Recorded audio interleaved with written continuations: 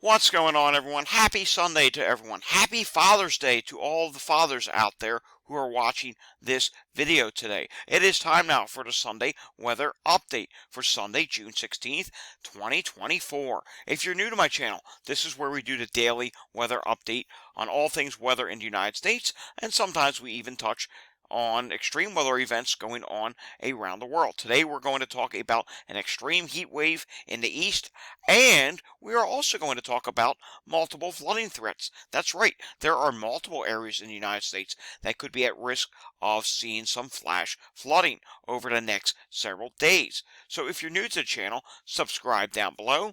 Give these videos a thumbs up. That helps push this out in the algorithm. Hit that notification bell, share these videos with anyone you know, and leave your comments down below. Alrighty, starting off today with the heat wave. National Weather Service in Caribou, Maine made this post just a little bit ago, and I thought this was very much worth sharing. They show here on this graphic here the heat risk as we go into Tuesday, Wednesday, and Thursday. You can see with each day it increases. You can see on Tuesday it's minor to moderate, but then come Wednesday it does go moderate to even major in some parts of northern Maine. And then by the time you get to Thursday, it's not only major in the majority of Maine, it also goes to extreme. And they do say some near all-time record temperatures are possible up in northern Maine where they forecast. All right, here's the other big story for the week. Well, this is one of them anyhow.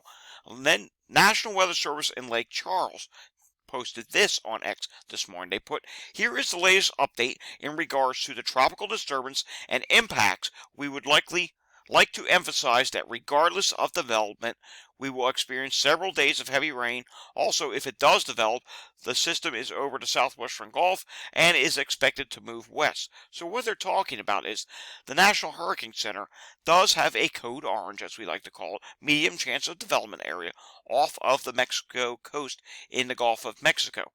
And with that, there's going to be a lot of moisture, regardless of what happens, whether it gets named or not, does not really matter. You can see here, they're talking about anywhere from 6 to 8 inches of rain along the coast of Louisiana. So that is quite a bit of rain. You can see here, Pecan Island, take a look at that. Yes, 6 to 8 inches of rain for you, but once you get a little bit more east, like Morgan City, only 3 to 4 inches of rain for you. All right, what about the rest of the country? Well, it doesn't stop there. You can see here the extreme heat. It's continuing to prompt these warnings that are going to be excessive heat warnings that are starting to show up on the National Weather Service hazards maps, even some advisories here in Philadelphia. We just went under an advisory. Today is still a nice day. If you can get outside today in the east, do so, because as the week goes on, it is only going to get hotter. On the flip side, take a look at the West Coast. Yes, you're seeing freeze warnings, you're seeing frost advisories. Even some winter weather advisories are out as well. Yes, unusually cold June weather. But in between is where we're going to have this active zone. Down here in the Gulf Coast region of Texas and Louisiana, and up here in the northern plains and upper Midwest. I will show you that now. You can see here, there's already one round of showers and thunderstorms, and there's going to be several more day after day after day. This is what's left from last night's severe thunderstorms. You can see there are some showers and thunderstorms ongoing across the plains this morning. And look at this, New Orleans. Some showers and thunderstorms are starting to develop and head your way. New Orleans, you'll be on the lower end of the rainfall totals. Just to the west of you is where those heavier rainfall amounts are going to be. Taking a look at the tropics, here's that medium chance. It's now up to 60%. And they also put for the 7-day outlook, 30% chance of development with this area of disturbed weather just east of the Bahamas. We'll have to watch as that comes west underneath the ridge. Not certain it's actually going to develop. Some modeling does suggest it will. All right, taking a look back at yesterday's severe weather reports, we can see here there were some tornadoes to be had in portions of Nebraska, and there were a lot of wind and hail reports yesterday. 8 tornadoes reported, 101 wind reports, 9 high wind reports, 26 hail reports, 5 large hail reports, 135 reports total.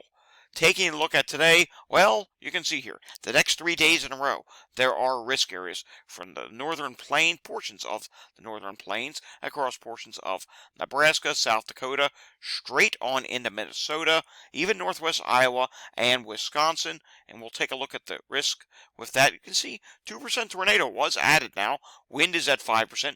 Hail is the biggest threat today at 15%. Moving on to the day 2 outlook, you can see there is another risk area here across the northern plains once again, and it does include extreme northwest Wisconsin and a good portion of Minnesota.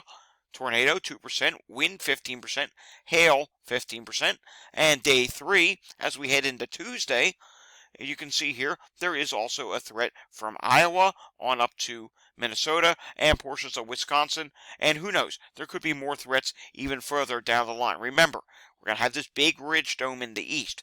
Any disturbance riding on top of that is going to produce showers and thunderstorms. But that's not the only threat. Let's go over to the HRRR model and I'll explain. There's another threat as well.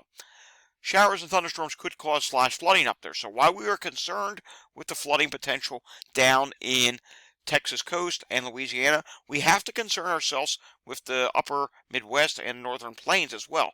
As I advance this throughout the day, it's the 12Z HRRR model, you can see showers and thunderstorms really do get going across portions of Louisiana, especially later into tonight. But look at this, up across portions of the plains and upper Midwest. Showers and thunderstorms will be ongoing throughout the day, and there may even be some training segments. And should that happen, there comes your flash flood threat. As I advance this into tomorrow, look at Louisiana.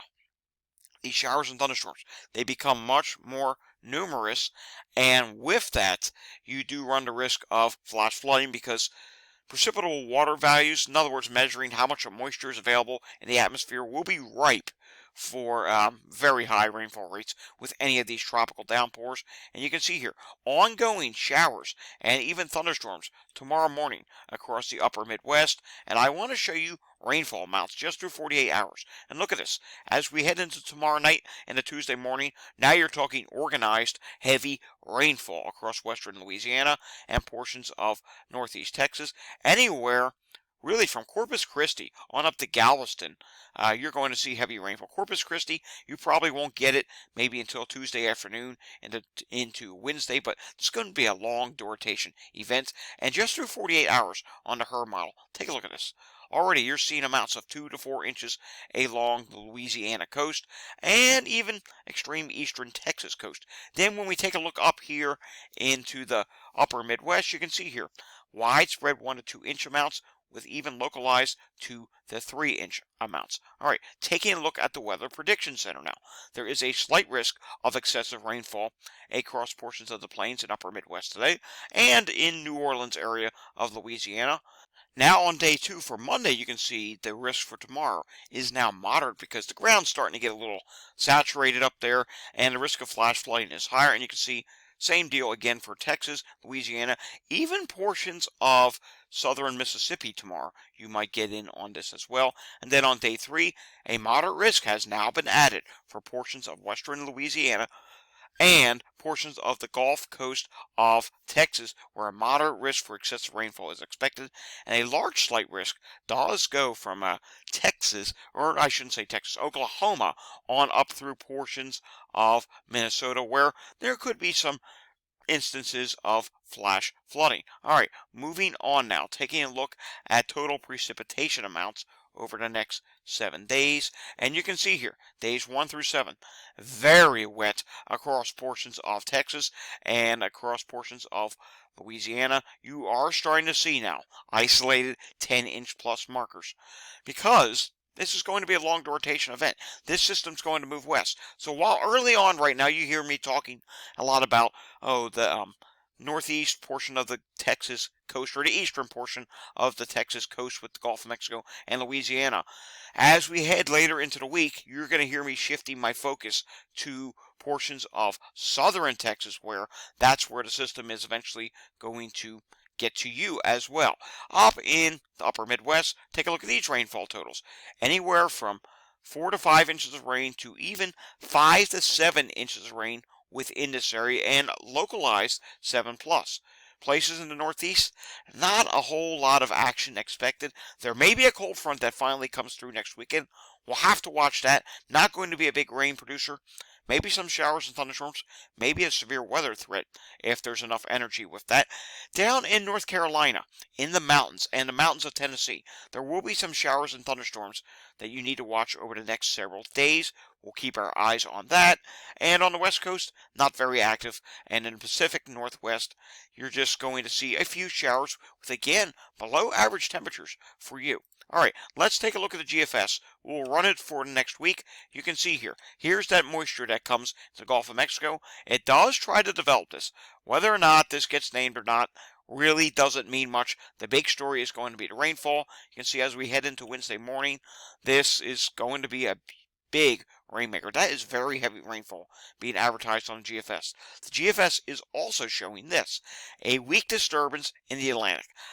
I'm still up in the air as to whether or not that's actually going to develop. It's going to be underneath the ridge. Sometimes you can get an area of low pressure to form underneath this ridge, especially if you have showers and thunderstorms going. You see you have this high, which would push this back to the west. Then you can see in the plains, showers and thunderstorms will continue, and some of this moisture and energy from what comes out of the Gulf will get worked into that and will push its way up the Rocky Mountains. And look at this, as we head into next weekend, showers and thunderstorms will continue in the upper Midwest and northern plains, and at that point your ground is going to be fairly saturated. You can see as we head into next weekend, there's a series of fronts that are going to come into the Northeast. One will come through on Saturday.